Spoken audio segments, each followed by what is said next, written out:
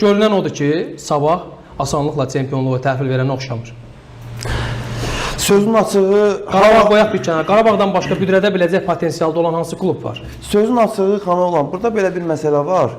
Elə sən danışanda mən onu fikirləşirdim, hansı ki o verilişin əvvəlində.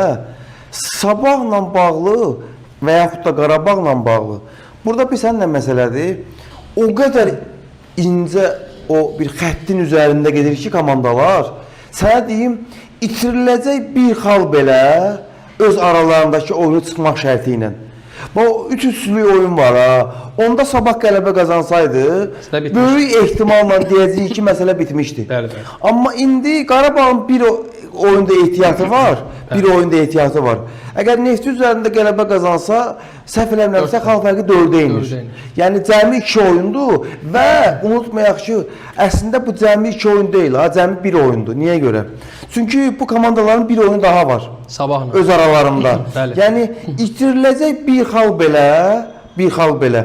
İki komanda üçündə böyük bir həmin onu qızıl oyuna çevirə bilər. Bəli, yəni böyük bir psixoloji gərginlik yaradacaq. Yəni bu 100%-dir. Yəni ona görə də həqiqətən də son 9 turda yəni əsəblər o qədər tarıma çəkiləcək ki, hələ çox konsertlər görəcəyik biz qabaqda. Uzun illərdən sonra bir qızıl oyun görə bilərik bəlkə də sonlara yaxın. Uzun illərdən sonra qızıl oyundan başqa, məncə sonda da Neftçi Qarabağ oyunu bu əhəmiyyətli idi. Son turda məsələ həll olundu. Son saniyələrdə hətta. Gəncədə keçirilən oyunda. Yox, Neftçi Qarabağ o Əliyev gol vurmuşdu, səhv eləmirəmsə, o oyunu deyirsən. Mərdəkanda. Bəli. Yəni Əhməd Əhmədov idi, səbəbsə Nizat onu daha yaxşı bilər.